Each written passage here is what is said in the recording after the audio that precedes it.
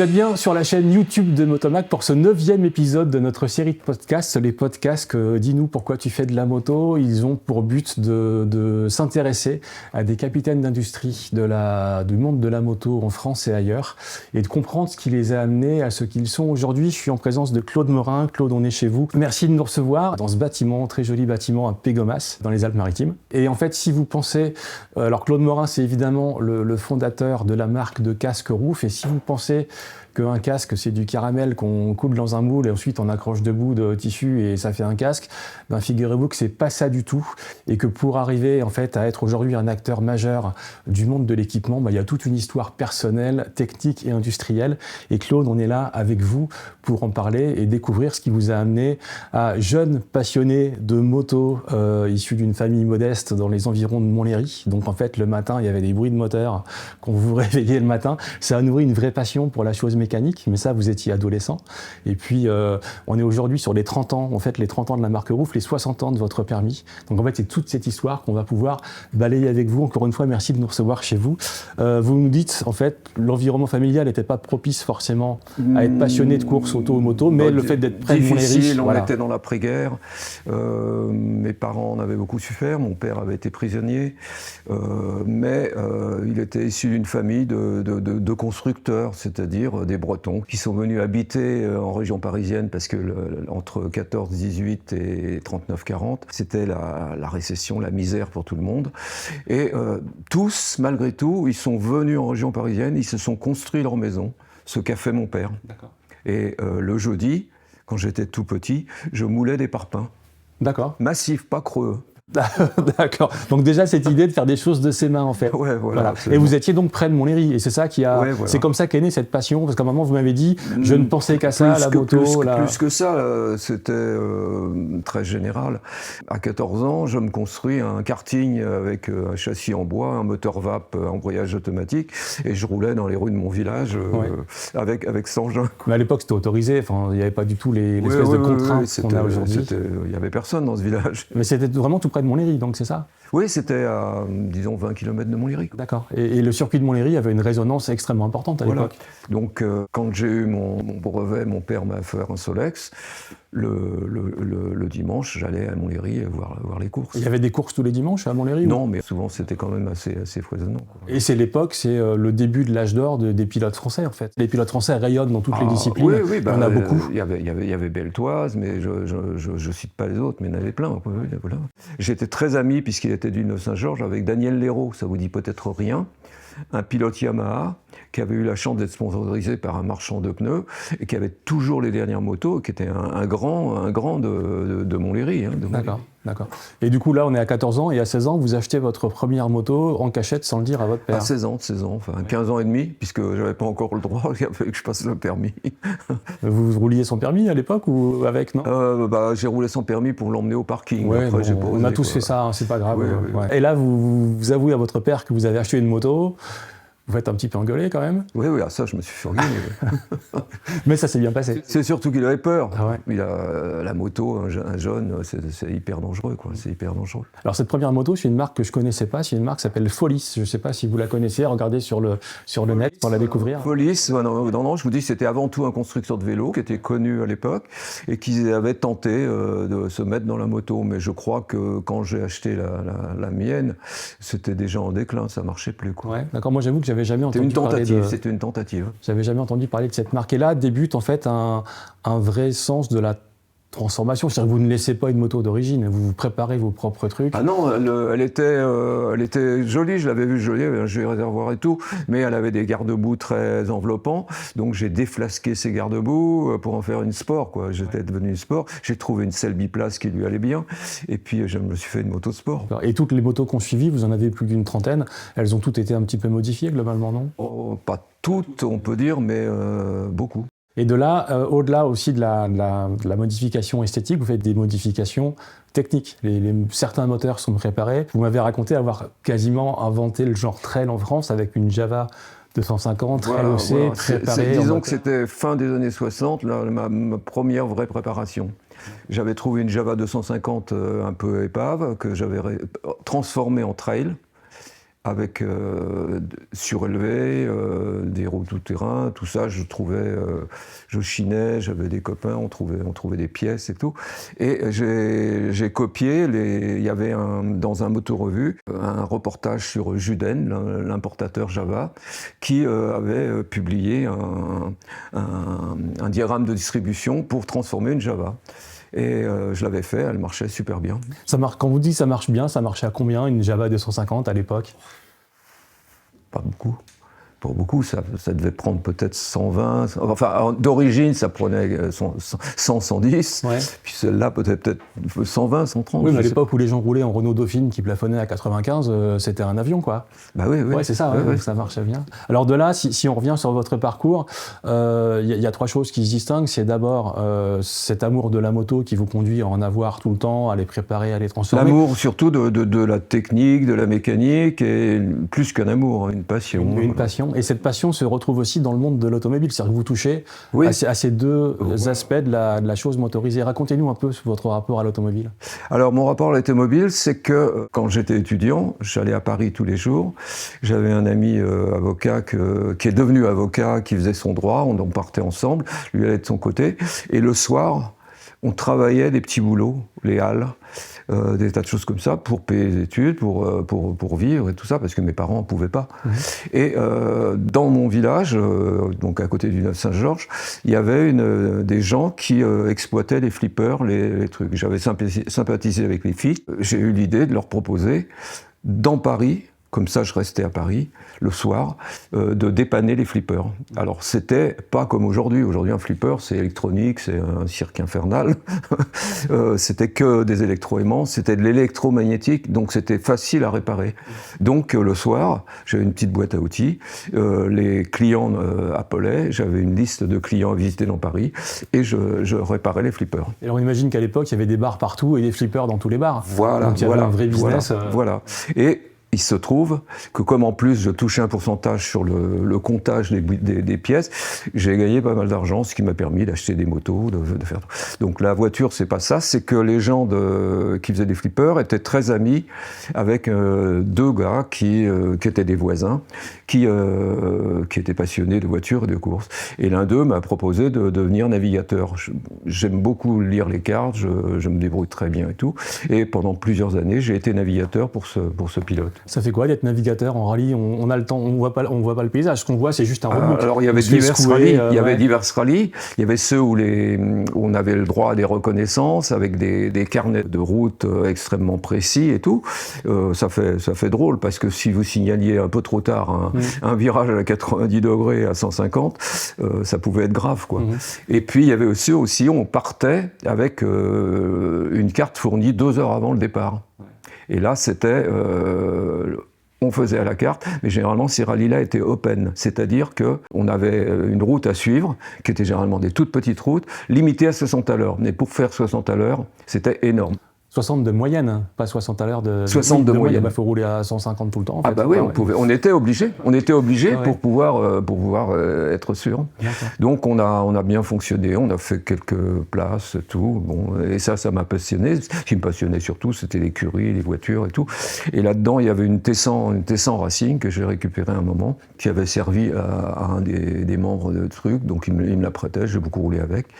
Et c'était ma première Triumph. D'accord. Une Triumph. Donc la Tessan, c'est une 650, c'est ça? Non, c'était une 500. Une 500, d'accord. C'était la Tessan à l'origine. Oui. La Tessan 10, c'était une 500 aussi, mais avec 2 carbus. D'accord. Et il y avait la Tessan 20, qui était la 650, qui avait 2 carbus aussi. D'accord. Et c'était bien ça, une Triumph Tessan? Ah oui, c'était bien. Ouais. C'était bien. Oui, c'était une bonne moto. Par contre, très vicieuse en tenue de route. Plusieurs fois, je me suis ramassé dans des petits virages. D'un seul coup, on ne savait pas pourquoi on se ramassait. Est-ce que c'est là que ça vous a donné l'idée que travailler sur le casque, c'était quelque chose d'important? Non. Pas encore. Non, le casque, c'est venu bien plus tard. Alors justement, si on reste sur les voitures, vous avez beaucoup roulé en Alpine, du coup, en Alpine berlinette. Voilà. Et des fois, ça touchait un peu. Et c'est là que vous avez commencé aussi à retravailler sur la carrosserie. Et donc, ce matériau qui est je l'ai fait pour des amis, je réparais et je connaissais le matériau. Voilà. Et est venue l'armée, donc c'est 68 à 70. moto et rame là, que j'avais créé avant de partir à l'armée avec un partenaire qui s'appelait Charlie Marondet, qui était un ancien du service course Peugeot, mais qui maîtrisait les moteurs de temps à merveille. Il savait faire des merveilles avec les moteurs. Donc le but de moto et rame, ça voulait dire études et réalisations automobiles et mécaniques. Il préparait aussi les voitures. Et sa femme s'était spécialisée dans le polyester. Donc là, j'ai continué. Alors, est-ce que l'armée ne vous a pas aussi empêché d'être pilote de voiture? Parce qu'à un moment, vous avez fait le volant. Voilà, exactement. Voilà. C'est-à-dire, avec l'argent gagné avec les flippers, je me suis payé fin 67, début 68, je me suis payé les cours du violoncelle. D'accord, oui. À Magnicourt. Oui. C'était Tico Martini, l'ancien pilote connu, qui était à l'époque moniteur, qui dirigeait l'équipe de moniteurs. Et j'ai été sélectionné pour les finales, parce que ça marchait pas mal. Là, l'armée m'a rejoint. J'avais un sursis. On m'a supprimé mon sursis. La façon dont on me l'a supprimé, c'est complètement idiot parce que j'ai pas participé à mai 68. Oui. Mais un soir, j'étais à Saint-Germain avec une copine, on était dans une cave, et là ça bastonnait à l'extérieur. Ils ont commencé à lancer des grenades lacrymogènes et c'était devenu irrespirable. Donc on se sauve avec ma copine, on traverse le pont Saint-Michel et là on tombe sur des CRS en rang qui nous prennent pour des assaillants. Ouais. Et ils n'ont rien voulu entendre. J'ai été considéré comme un voyou. Et on m'a sucré mon permis. Votre sursis. Mon sursis d'étudiant. Alors là, permettez-moi de faire un petit flashback sur tout ce qu'on vient de se dire. En 63, vous avez 16 ans. La première moto Folis, donc une marque de vélo. 5 ans après, vous avez déjà eu plusieurs motos, vous êtes sélectionné pour la finale du violoncelle. C'est à peu près ça. Vous gagnez de l'argent en réparant des flippers à Paris. Elle est belle la vie quand même. Non, je ne regrette rien. Je ne regrette rien. Je ne regrette rien. Non, c'est déjà rien que ça. Déjà, c'est admirable en fait. C'est un début d'entrée du passage de l'adolescence à l'âge adulte qui est plein de. Ah oui, non, c'est sûr. Qui est plein de moments flamboyants. On a eu une vie foisonnante. Quoi. Non, mais c'est très bien. Et du coup, après cette armée, alors attendez, il y a une petite intermède, c'est que j'avais envie de me faire une voiture de rallye, mais je n'avais pas les moyens. Donc j'achète une Anglia à la casse. Vous savez, c'était la voiture après la Popular. Mais c'est pas la Ford de Mr Bean, ça, la Ford Anglia? C'est la Ford Anglia anglaise qui avait succédé la Popular, qui était beaucoup plus. Mais le moteur de l'Anglia était très moderne. Il avait 5 paliers, gros alésage, et il a servi à toutes les monoplaces de l'époque.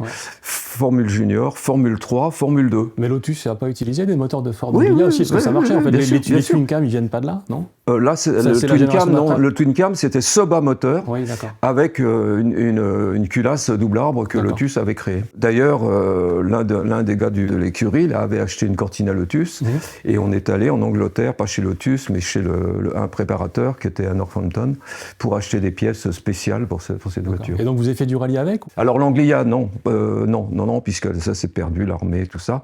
Donc je l'ai revendu plutôt bien, mais je l'ai faite complète. D'accord. Complète. Disons que la voilà. D'accord. C'est au coloris près, c'est celle-là? Non, c'était la couleur que je lui avais donnée. Voilà.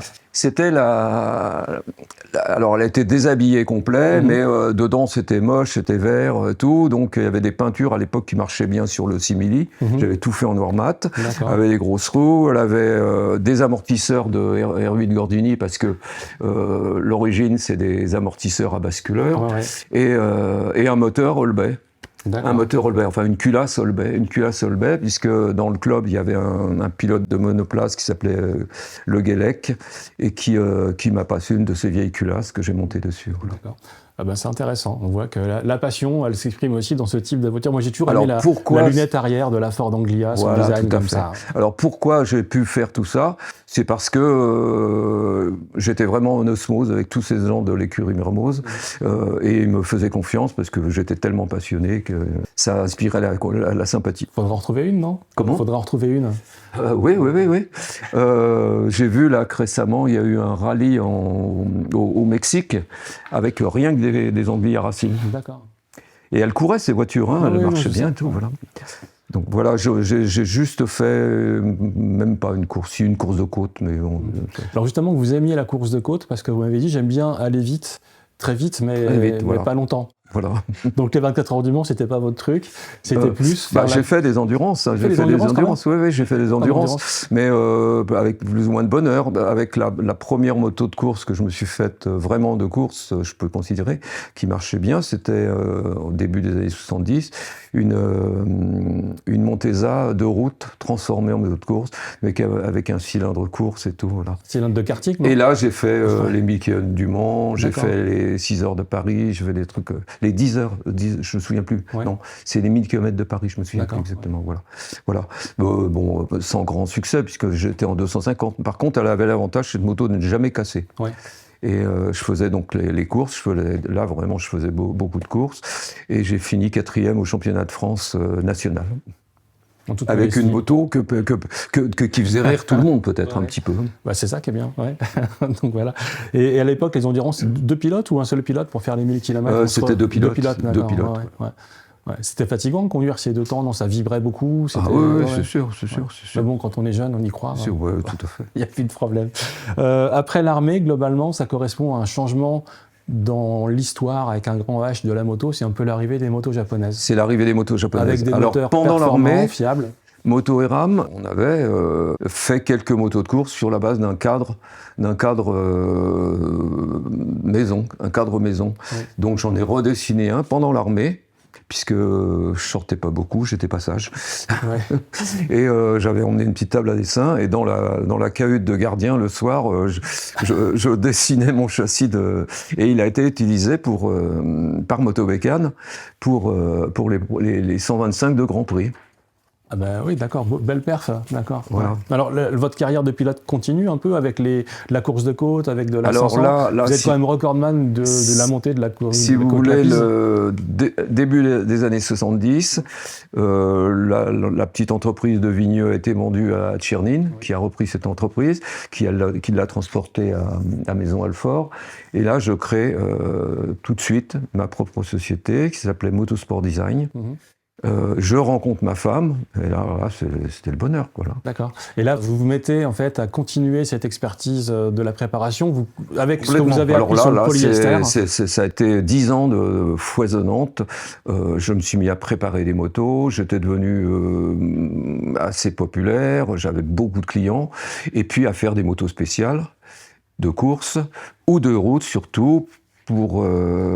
J'avais dans mon idée, la moto de route ne pouvait pas rester, enfin les grosses motos, si on roulait beaucoup, sans un carénage qui protège, qui soit enveloppant, ce qu'on voit aujourd'hui sur toutes les motos. D'ailleurs, si on regarde bien, il y a énormément de motos qui ressemblent à ce que je faisais à l'époque. Quel type de moto, par exemple, qui ressemble à ce que vous faisiez à l'époque? Toutes les grosses routières, les grosses routières qui ont les carénages, les doubles phares et tout, vous regarderez, vous verrez les photos, c'est assez surprenant. Oui, on en a peut-être même derrière une grosse routière avec un carénage double optique, voilà. Et donc, 72-73, je commence ça. Motosport Design est populaire. J'ai commencé à Nemours, on déménage à Melun. Et j'avais beaucoup de gens qui venaient me voir pour soit équiper les motos de mes carénages et tout. Je livrais des carénages complets, avec les phares, le faisceau électrique, le guidon adapté à la moto et au carénage. Tout ce qu'il y avait, les capots étaient fermés par des Zeus. Enfin, c'était, je considère, pour l'époque, du beau travail. Et alors, le marché du carénage adaptable, il était important à l'époque, parce que globalement, il y avait j'ai plus toutes les marques en tête, mais peut-être... Je peux dire qu'on avait une bonne... Craig Vettel aux États-Unis, enfin des choses comme ça, qui faisaient une bonne petite clientèle de gens de toute l'Europe. Des gens venaient d'Allemagne, venaient de Hollande pour m'acheter des carénages. Donc ils arrivaient le vendredi ou le jeudi et ils venaient chercher la moto le dimanche soir et ils repartaient avec. Voilà. Et donc là vous développez, est-ce que vous avez déjà un peu acquis avec l'histoire des réparations, des alpines, etc., cette maîtrise du polyester en fait? Dans cette période-là, je fais 2 motos avec châssis en composite. Il n'y a pas eu de suite parce qu'on n'a pas jugé bon de le faire, mais elles ont roulé, je les ai vendues, elles ont servi. Alors quand vous dites châssis composite, concrètement, c'était quoi? Parce qu'à l'époque, on va rappeler que les cadres des motos japonaises, c'était des cadres excessivement lourds, c'était de Ouais, l'acier. voilà. Donc il y en a une dans les photos, la 250, je l'ai pas trouvée.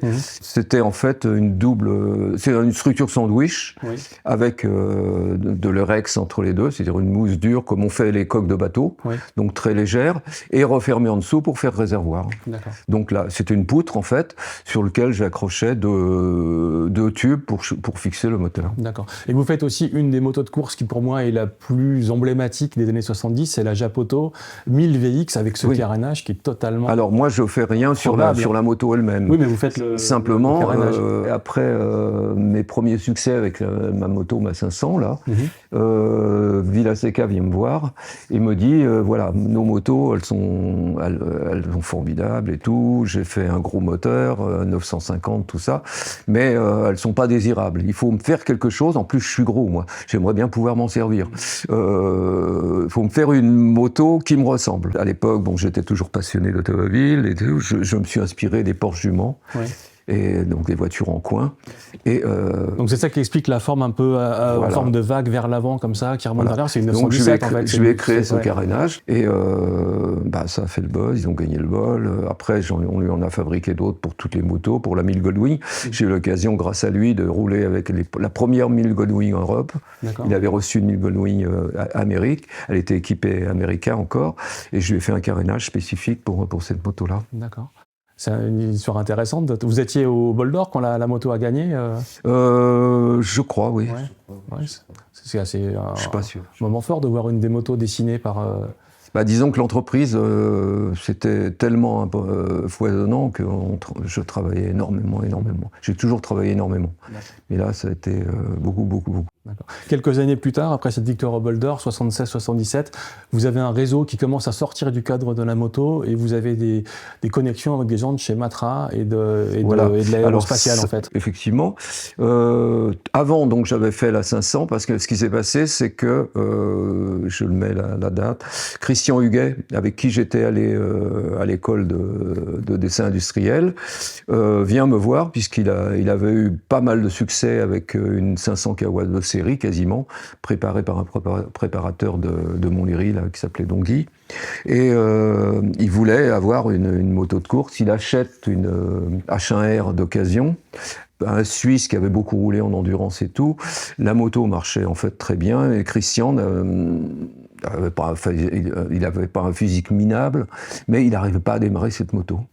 Donc j'ai tout fait pour qu'il puisse la démarrer. Moi je la prenais, elle démarrait tout seul, ça démarrait tout seul, ces motos. Et lui, il la prenait, jamais. Donc il ratait tous ses départs. Donc il était venu me voir avec cette moto pour l'entretenir. Je crois que je lui ai refait un embiellage, tout ça. Et la moto m'a passionné. Donc la moto que je me suis faite, c'est une copie de H1R, sauf que l'esthétique, c'était moi. D'accord, très bien. Et donc je reviens sur ce que je disais tout à l'heure, c'est que vous développez vos connaissances avec ces connexions grâce à Matra Aérospatiale. Ce qui se passe, c'est que, comme je commençais à être connu, il y a un ingénieur de chez Matra qui vient me voir en me disant « J'ai vu vos carénages et tout, il faut faire des carénages en nid d'abeille. » Vous allez voir, ça va être ultra léger. Mais je dis, un carénage, c'est pas lourd. Ça va être ultra léger, puis c'est compliqué quand même de fabriquer une nid d'abeille. On sait faire, mais là, il m'a appris plein de choses. Il m'a amené des échantillons de nid d'abeille, et là, je me suis rendu compte que le nid d'abeille, en aluminium surtout, c'était un matériau amortisseur extraordinaire. Et là, c'est l'époque où l'AFNOR organisait des réunions de professionnels, de la police, des médecins, des industriels, des ingénieurs, tous les mois, pour travailler sur une nouvelle norme, celle qui allait définitivement supprimer les bols. Oui. Voilà, c'était la première norme où on homologuait un casque qui soit comme un jet. D'accord, et qui corresponde, qui soit uniformisé dans la façon d'absorber les chocs, quelle que soit la marque. Et vous dites, vous avez rencontré dans ces moments-là quelqu'un qui est décédé récemment, qui est le professeur Gau, qui était très impliqué. Comment il était? Parce qu'il a toujours passé pour quelqu'un d'un peu austère et d'un peu rigide. Ah non, il était extrêmement pédagogue. Et on a beaucoup discuté avec lui. Il nous a expliqué comment il travaillait, comment il avait travaillé pendant des des années en jetant des cadavres de SDF depuis le premier étage. Ah, quand même. Oui, si. Donc il mettait plein de sondes, il mettait un liquide qui ne gelait pas à la place du sang, et il calculait tout ça, quoi, je veux dire. Donc non, il était bien. Moi, j'ai toujours eu un très bon contact avec lui. Donc ce gars de Matra vient me voir, on regarde le nid d'abeille, mais je lui dis mais il faut faire un casque. Et donc j'étais impliqué déjà dans le casque par ces réunions successives. Il m'a regardé, on n'avait pas les moyens d'avoir un laboratoire comme on a ici. On s'est fait un laboratoire qui répondait à un amortissement, mais visuel. C'est-à-dire qu'on mettait nos éprouvettes de pain de nid d'abeille et de coque sur une enclume, une pièce en forme, et on jetait dessus, devant une règle graduée, une boule d'acier de 1, 2, 3 mètres, et on mesurait en fait avec un appareil photo le rebondissement de la boule. Donc moins elle rebondissait, mieux on amortissait. Oui. Et là on s'est aperçu qu'on pouvait faire un casque. D'accord. Et en fait finalement les normes d'aujourd'hui où on envoie des pointes à 30 mètres secondes, à 3 mètres 30 de haut, on est déjà dans le même type de process en fait. Voilà, finalement. exactement. D'accord. Donc là on est globalement 15 ans avant la création de Roof. Et c'est votre premier contact industriel avec l'univers du casque. Voilà. Du coup, je me dis, c'est ça que je cherchais en fait, à sortir un peu de l'artisanat, peut-être toujours en continuant. On s'est dit, on va fabriquer le casque. Donc ce gars-là m'a aidé. Et il m'a fait rencontrer des gens de l'aérospatiale. Donc l'un des pères de l'aérospatiale, avec qui on est devenu aussi amis à l'époque. Et l'aérospatiale fournissait le nid d'abeilles, gratuit, ce qui n'était pas rien. Parce qu'ils en avaient des tonnes, et ils nous ont accordé le droit, sans licence, sans rien du tout, simplement un contrat de principe, d'utiliser le nom NIDA. Pour nid d'abeille.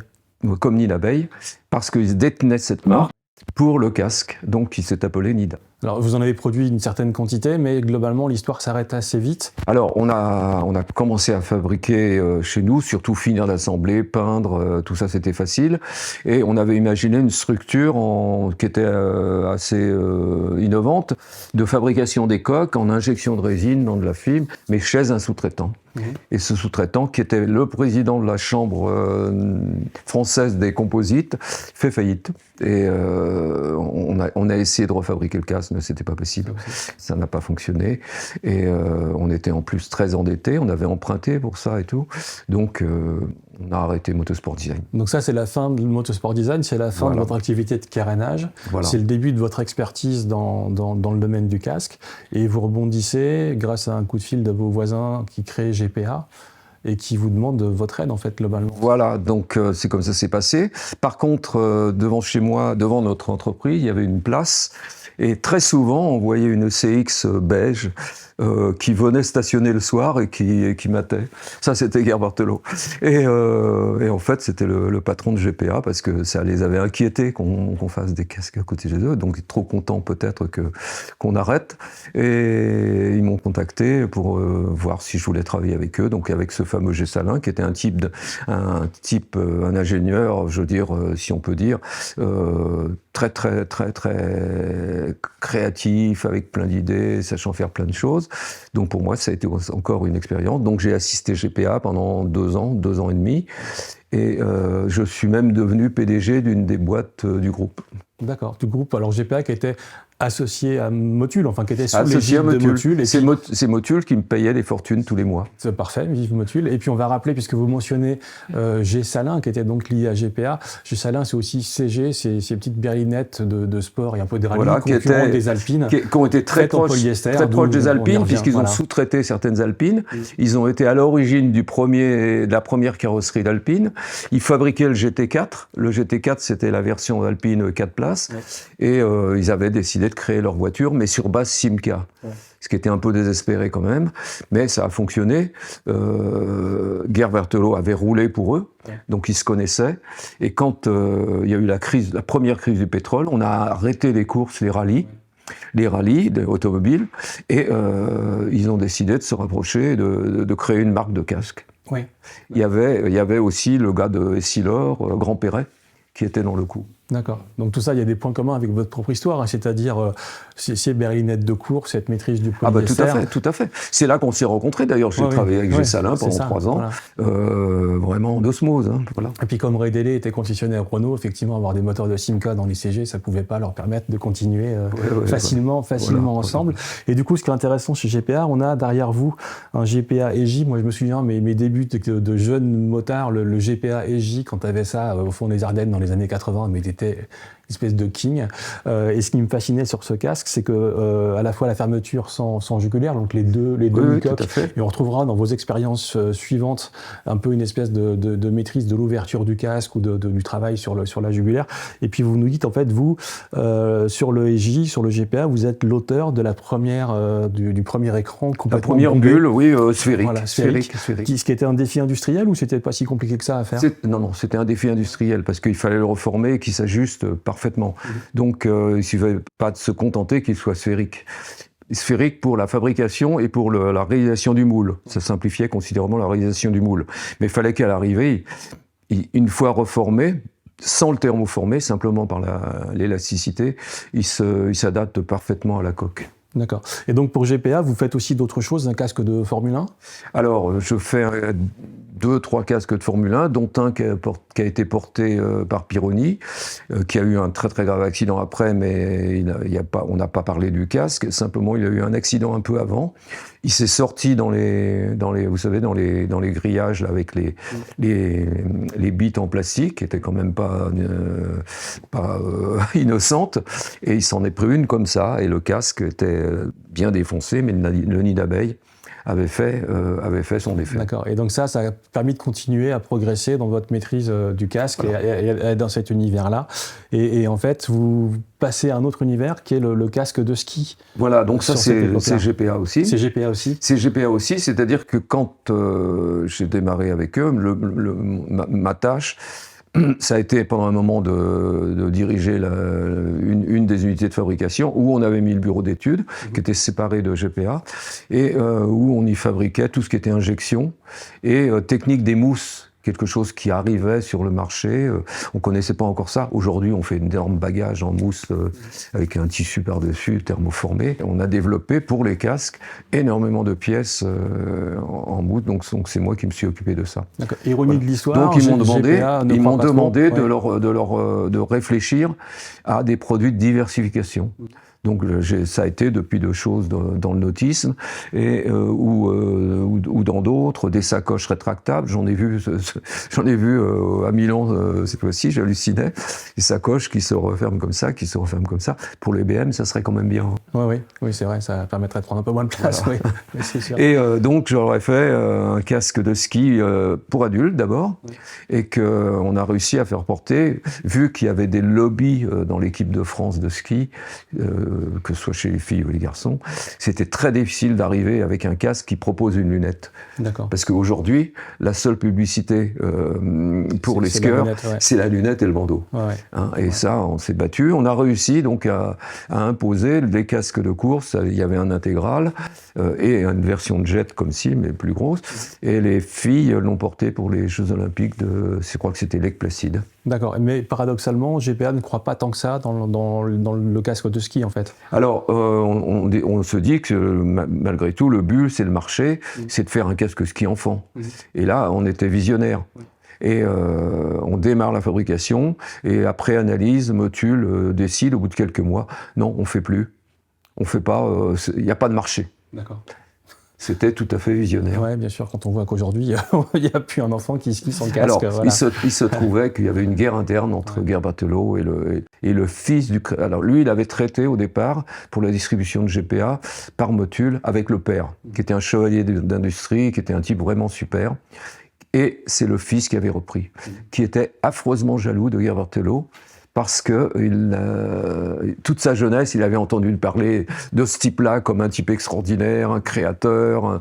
Gerbertello, c'était un personnage particulier. Il était charismatique, on va dire, charismatique. D'accord. Vous continuez l'histoire du casque, et là, le secours vient un peu du Japon. quand le Japon décide de rendre obligatoire le port du casque sur le marché pour le scooter. Donc, pour le scooter. C'est un Japonais qui avait été en relation avec GPA parce qu'il avait importé un petit peu GPA, qui est venu me voir, qui m'a dit on veut faire des casques pour le scooter parce que ça va être un marché sur 3-4 ans extraordinaire, mais il nous faut un support sportif, publicitaire, et qui de préférence viendrait d'Europe et de préférence de France. Pourquoi ? Parce que la France était vue comme quelque chose de novateur à l'époque. Moi, dans le domaine du casque. j'ai vécu avec cette histoire près d'1 an au Japon. On était adorés. Les Français à l'époque, on était adorés. Il suffisait que je descende quelque part, qu'on sache que j'étais français, là, tout le monde arrivait, et surtout les filles. Vous parlez japonais ? Un petit peu. Un petit peu. Quelques mots, disons. Quelques mots. Voilà. D'accord. Et donc, je leur propose ça. Ouais. Celui-ci. Alors, qu'est-ce qu'il a comme particularité, ce casque ? Ce casque, c'est appelé Nef Sud. Donc, pourquoi Nef Sud ? Ils avaient fait l'erreur de vouloir l'appeler Nef, N-E-F, et ça faisait NF. Oui. Hein, et moi, je leur avais dit, il ne faut pas faire ça. Donc, en fait, pour l'Europe, on l'a appelé Nef Sud. Mais eux, ils ont continué de l'appeler Nef à l'époque. Donc, ce casque-là, il avait un écran qui rentrait dedans, un peu comme le GPA, mais avec deux pointes qui rentrent dans l'écran, qu'on déclenche avec un stylo à billes ou une petite pointe pour enlever l'écran. D'accord. Et donc, il est complètement intégré, ce qui n'était pas le cas du GPA. Et il a une jugulaire fixe et une rétention occipitale. Je ne sais pas le mettre parce qu'il est vieux, il est sale. Et donc on rentrait comme ça dedans et on verrouillait. Et ça a plu tout de suite. On a sorti le casque, il a été homologué en France, il a été homologué SNEL, la norme américaine. Et on a eu énormément de pilotes à l'époque, pendant ce court moment, qui ont porté ce casque. Loliard, Guilleux, Hervé Moineau, pendant plusieurs années champion du monde. Et voilà, donc l'histoire s'est terminée, ils ont abandonné le projet et ils ont fait leur casque. Ils m'ont rendu le casque et on a essayé de le faire fabriquer avec le pool Nolan. Parce qu'à l'époque se crée une espèce d'association de fabricants de casques, AGV, c'est ça ? Voilà, c'était AGV le troisième. Nolan, AGV, Amisano, le créateur de AGV. Nolan, c'était Landernocky, le PDG et le fils du créateur de Nolan. Et le troisième, c'était Max. Donc Amisano, Max, Nolan, c'était des gens sérieux, mais les deux autres, c'était des électrons libres. Hein. Et donc, ils sont pris le nez, ça n'a pas continué. Ils ont sorti ce casque qui n'a jamais été vraiment bien fini et qui ne s'est jamais vendu beaucoup. D'accord. Mais de là, donc, vous passez quand même 1 an au Japon, vous faites de la moto là-bas, vous avez un trail Honda, je crois. Voilà. C'est quoi le souvenir de vivre au Japon dans les années 80 ? À part le fait d'être très populaire parce que les Français... Alors, pour 2 raisons. Une expérience extraordinaire. Et deux raisons. Bon, donc l'histoire de la moto, de connaître le Japon, de rouler avec des engins exceptionnels. J'avais une mini Honda, elle s'appelait Turbo, je ne sais plus son nom, mais c'était une petite voiture comme une mini. Oui, je vois ce que c'est. Un petit peu carré à l'arrière, 2 phares ronds devant. Voilà. Ça doit être rigolo, ça. Et c'était une bombe. C'était un truc, donc j'ai roulé avec ça, on roulait à gauche. J'ai jamais eu d'accident. Et en plus, l'usine a été construite dans le nord du Japon, dans une région où s'installait à l'époque une grande boîte d'électronique. Donc il a fallu défricher. Quand on arrivait le soir, il y avait des lumières, il y avait des millions d'insectes, de bestiaux et tout. C'était forêt vierge. Et donc toutes les semaines, on remontait vers le nord par l'autoroute pour aller voir l'usine, la construction et tout. On a démarré le projet, il a fabriqué ses casques, et puis voilà. D'accord. Et ensuite, vous restez dans le monde du casque, cette fois-ci pour le renouveau d'une marque belge, en fait, c'est ça ? Oui, c'est ça. Avec des investisseurs allemands, si je comprends bien. Voilà, c'est ça. Et c'est ce Levior. Alors, là, c'est encore une autre aventure. Une autre aventure, mais qui a toujours sur point commun un travail sur les systèmes d'ouverture, de jugulaire, etc. Donc, la société Levior a été rachetée par un Allemand qui a trouvé des capitaux, qui en a lui-même, mais un commercial fou, vendeur de Coca-Cola, a fait fortune avec ça. C'est bien ça. Voilà. Il se trouve qu'à Grasse, il y a un fabricant d'écrans de casques moto. Ils en font moins maintenant, il a été le nôtre aussi pendant longtemps.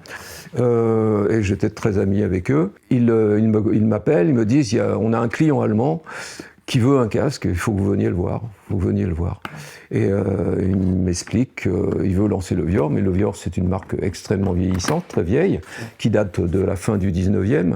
Et il faisait des bols, du coup, à l'époque? Non, le Vior faisait des intégraux.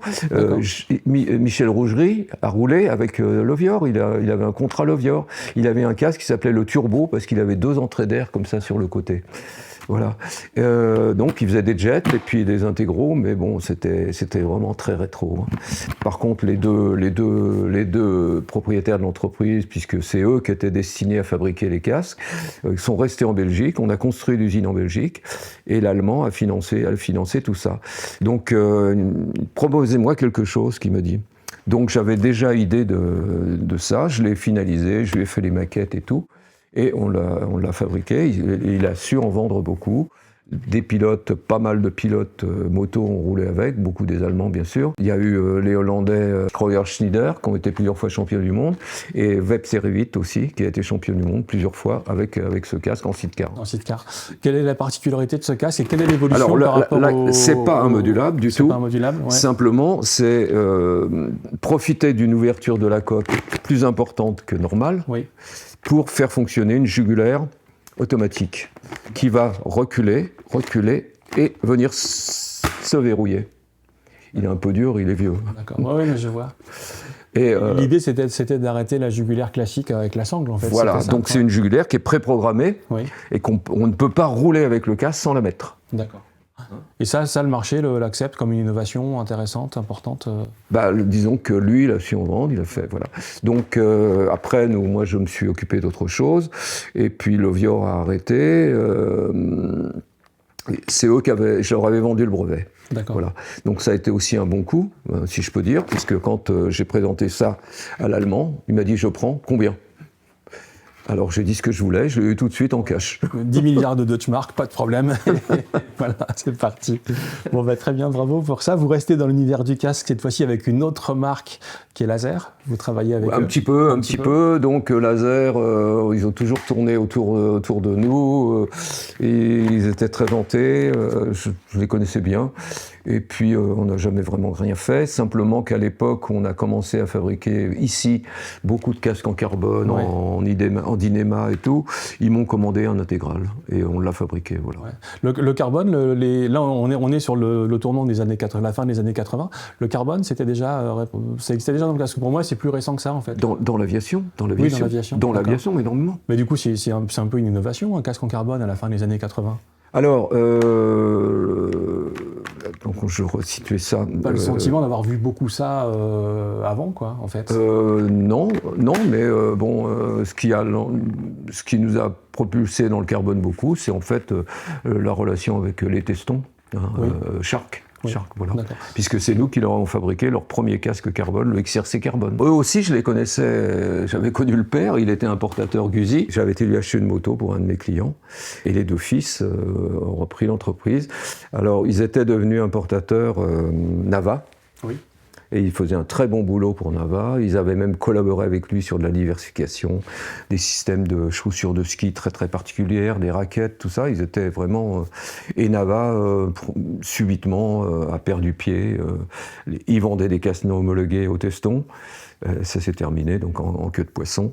Et là, ils avaient quand même anticipé un peu. Ils avaient récupéré une coque en Italie, un casque complètement ordinaire pour la mobilette. Et ils avaient commencé à créer cette marque Shark. Mmh. Et ils sont venus me voir. On veut un casque ultra léger avec du composite. Et on veut devenir le number one en casque de course. D'accord. Voilà. Donc ils ont créé le casque. Moi, j'aurais juste eu à leur proposer de le fabriquer selon leur cahier des charges. Donc, on a mis en place une production particulière qu'on n'avait jamais vue nulle part. C'était vraiment très spécial pour fabriquer ces casques. Et on a fabriqué des milliers. Et quelques années après, donc en 93, vous créez la marque Roof. C'est quoi le cheminement intellectuel qui consiste à se dire, ça y est, je vais créer ma propre marque. Et puis, il vient d'où ce nom Roof ? Que je trouve assez magique parce que voilà, c'est l'histoire depuis le début. Oui, c'est ça. Si je vous dis qu'à 7 ans, je plaisante pas, ouais, mes parents s'entendaient très mal. C'était même assez vulgaire. Et un jour, je sors de la maison, je vais dans la rue, je pleure et tout. Et je me dis, je ne peux pas rester comme ça, il faut que j'arrive, que je fasse quelque chose. Donc j'ai toujours eu envie de faire quelque chose. Et puis pour moi, c'était miraculeux de fabriquer des choses.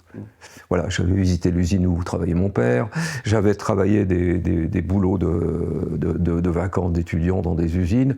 Pour moi, je trouvais ça extraordinaire de faire des choses. Donc de lier ça après à la passion de la moto et surtout protéger. Et puis je suis quand même un 68ard, un petit peu hippie. Protéger son prochain, ça me semblait être un joli but. D'accord. Donc les CRS avaient eu raison de vous prendre comme un activiste et de vous supprimer le sursis, du coup, finalement. On a enfin l'aveu que ce service militaire anticipé était mérité. On peut avoir été 68ard sans avoir fait les manifs. Non, oui, jamais. Jamais j'ai participé. J'étais présent à Saint-Germain et tout, je voyais mes copains qui revenaient. Ça y est, on les a eus, on a fait ça et tout. Je n'ai jamais été dans une manif. Ouais, bon. Jamais de manif. C'était en dehors de mes principes. Ouais. Hein, et je l'ai prouvé. D'ailleurs, on a eu des problèmes sociaux ici à une époque. Je me suis toujours battu contre ça. Oui, d'accord. Revenons à Rouff. La marque se crée en 93. Vous créez du coup l'usine sur le site où on est aujourd'hui, c'est ça? Non. Non, pas encore. Au départ, ça démarre tout petit, dans une zone industrielle à côté, là, qui est juste à côté, qui loue tout un petit pâté de bâtiments. Et la marque Rouff démarre, ça devient tellement important qu'on finit par louer presque toute la zone. D'accord. Mais on a démarré dans un petit local à fabriquer les casques laser, les casques... Lovior m'a commandé des casques en Dynéma aussi. Vous êtes sous-traitant, en fait, globalement, pour d'autres. Oui, voilà. Donc, tout en développant pour eux. Et puis Shark. Mais mon idée, c'est d'avoir ma propre entreprise. Donc, on réfléchit longtemps à la création d'une marque. Ouais. On aligne les noms, les justifications. D'où vient ce nom, Rouff ? Alors, ce qui se trouve, c'est que quand j'ai arrêté la moto de course, j'avais besoin d'une autre passion sportive. Et là, je me suis passionné pour la voile. D'accord. Voilà. Donc, tout en continuant mon activité, j'ai fait beaucoup de voiles. À la fois d'abord sportive, après avec des plus grands voiliers. Et Rouff, c'est un endroit extraordinaire, le Rouff d'un bateau. D'accord. Quand vous avez un bateau fermé, un voilier, ouais. Vous êtes au mouillage, il pleut dehors, et il y a de l'orage, vous êtes dans un cocon. Ouais. Donc déjà, c'était une première idée. Après, c'est le toit.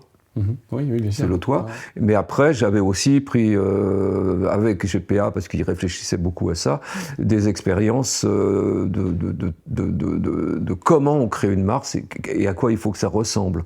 Donc il fallait qu'il n'y ait qu'une seule syllabe. Rouff. D'accord. Il y a 2 syllabes, mais confondues, parce que on ne sépare pas le O et le F. Ouais. Voilà. L'exemple que je prends tout le temps, c'est celui de Méridien, les hôtels Méridien. Ouais. Imprononçable dans toutes les langues asiatiques. Ouais. Pourtant, c'est un hôtel international. Ouais. Hein, donc, voilà, donc c'est venu comme ça. D'accord. Moi, je voyais ça comme le toit, le truc qui est au-dessus de votre tête et qui vous protège. Voilà. Voilà, puis si on veut regarder plus, les 2 roues de la moto. Aussi, d'accord. Bon, très bien, donc c'était bon brainstorming. Comment se passe le début de Rouff, en fait, en tant que, cette fois-ci, producteur indépendant? Alors, le début de Rouff, c'est, en fait, ce qui s'est passé, c'est que pendant que moi, je faisais joujou avec tout le monde, mon épouse, elle, alimentait la popote. C'était elle qui gagnait vraiment de l'argent. Moi, je faisais des coups, quoi, en fait, avec des choses comme ça. Et Chantal distribuait pour diverses boîtes d'accessoires moto. D'accord.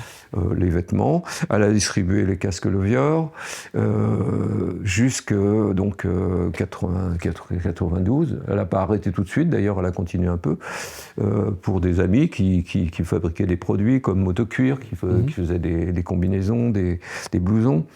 Et on a décidé de faire notre propre marque. Donc au salon de la moto à Paris, 93, je crois, on présente un premier casque jet qu'on a appelé le Roadster, qui est donc un jet tout à fait classique, bien rond, mais avec un écran sphérique, qui court le long de la coque, donc qui a une prise au vent et tout. Ça plaît tout de suite.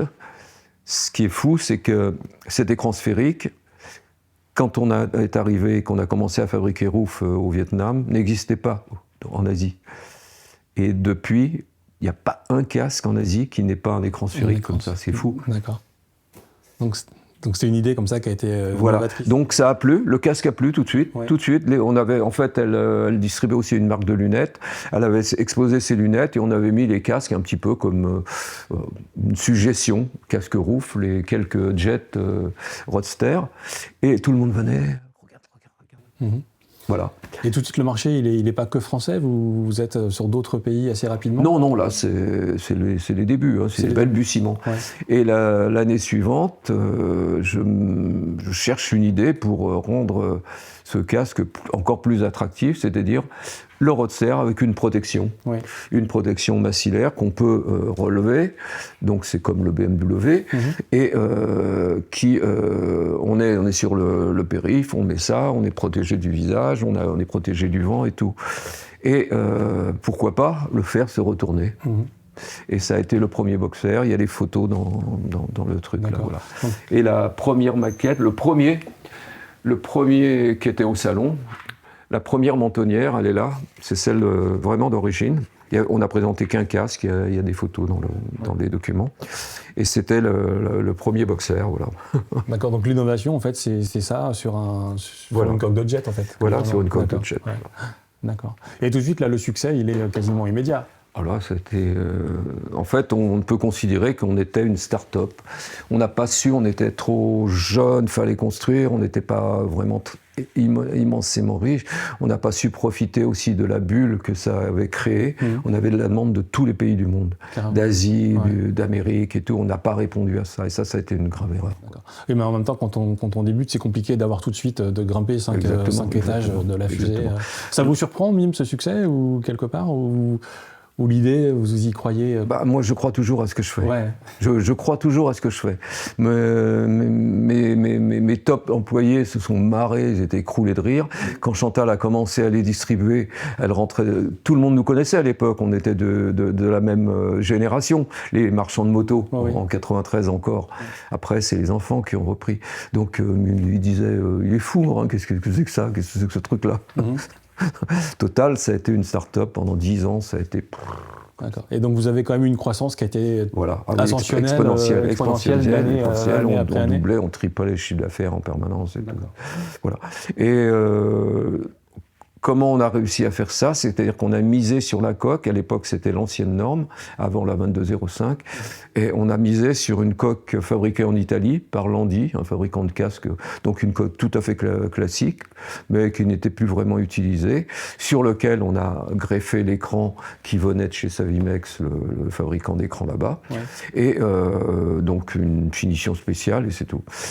Et de là, vous dites, on va passer à l'étape d'après, faire un intégral. Là, après, on a cherché à, évidemment, faire une gamme, voilà. Mais rien n'a jamais marché comme le boxer. Voilà, même le Hero 10, qui est un intégral, qui Racing, qui est élu le casque Hero 10, de l'année. sa vraie performance, on l'a faite en Angleterre. Donc on n'était pas crédible pour l'intégral, les gens n'y croyaient pas. En fait, c'est un très très bon casque qui passe encore les normes.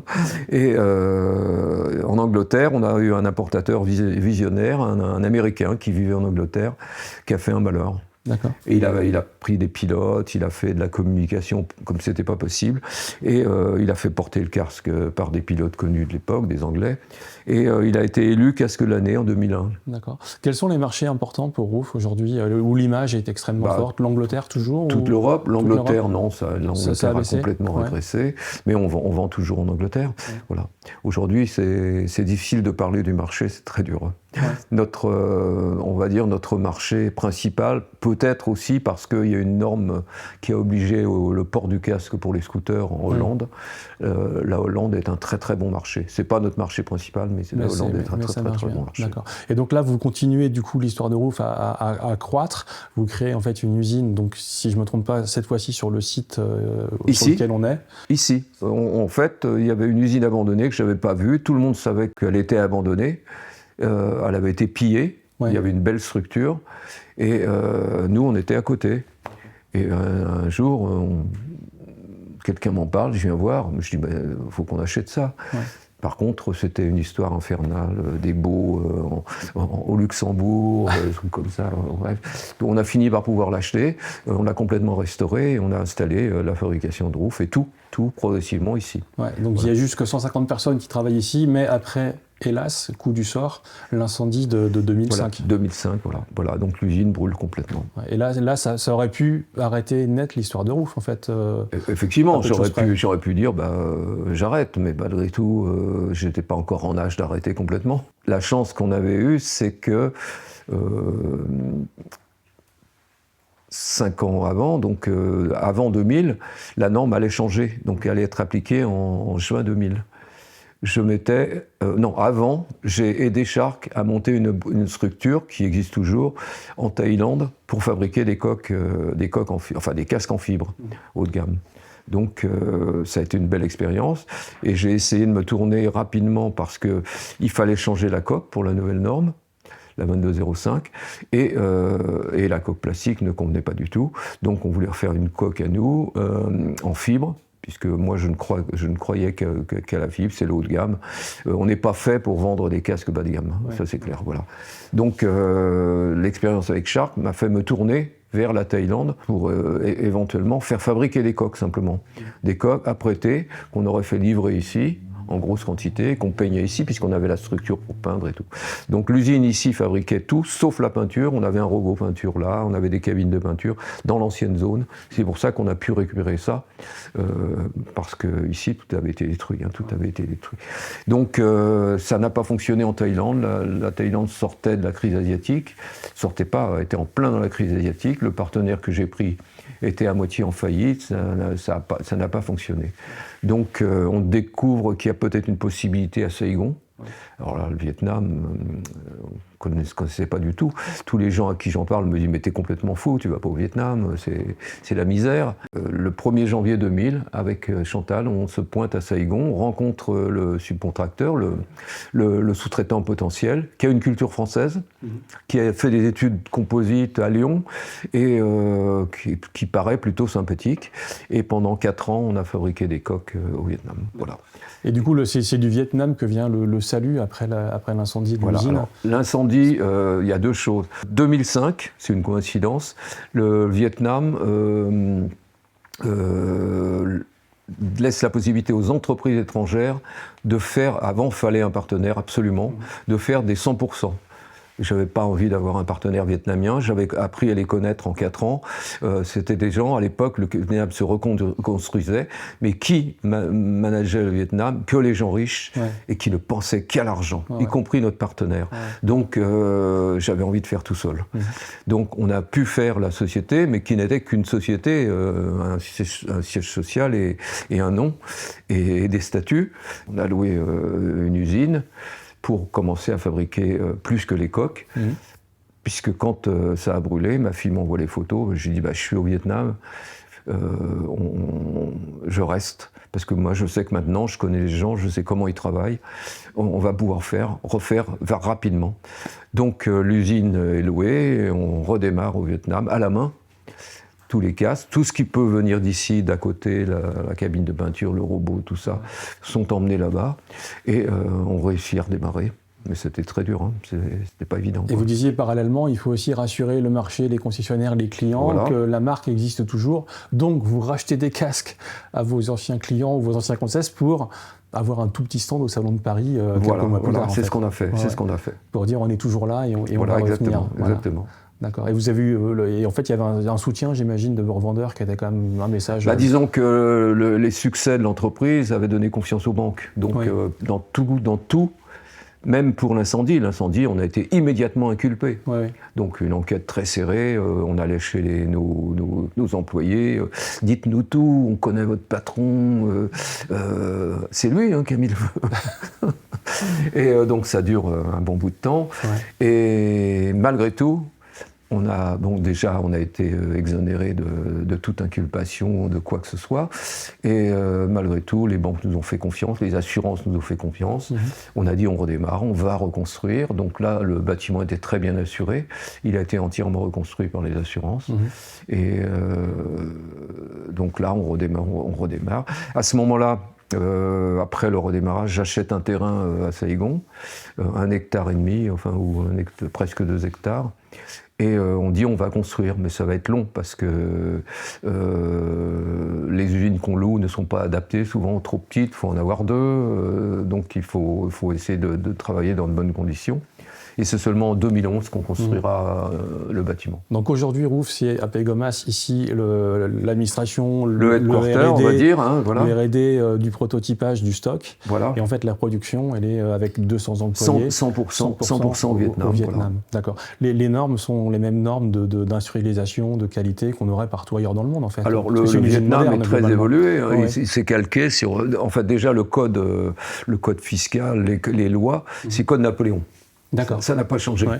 Les taxes sur les bâtiments, les maisons, c'est la même chose. On achète la maison à la largeur et après on vous en donne 3 km. Ouais. Donc ça, c'est ce qui existait au début du siècle. Hein.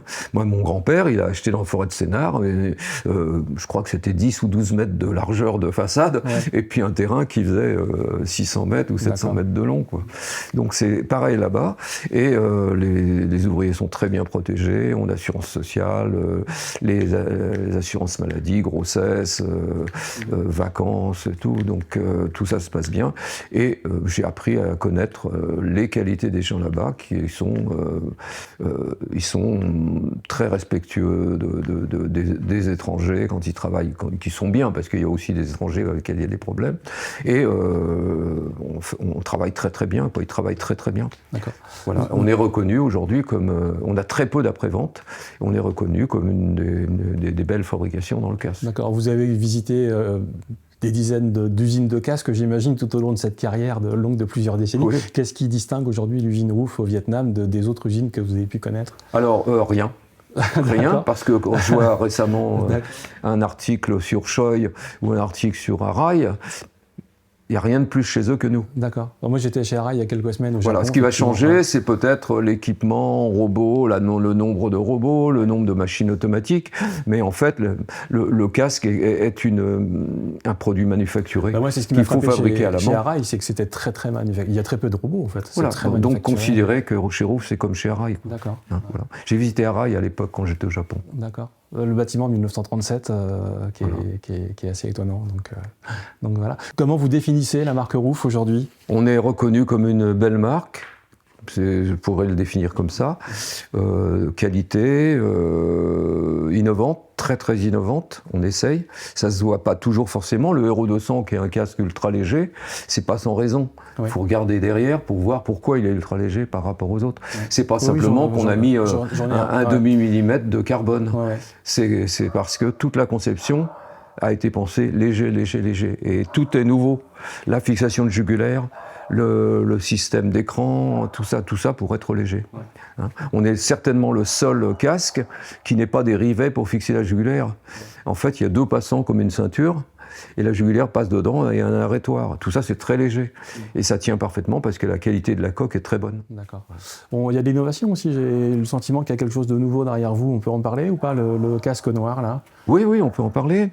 Donc ça, c'est un projet de diversification que je mène. Je l'ai surtout développé au Vietnam, d'ailleurs, depuis maintenant presque 2 ans. Mais c'est un peu par à-coup en fonction de la charge des casques moto.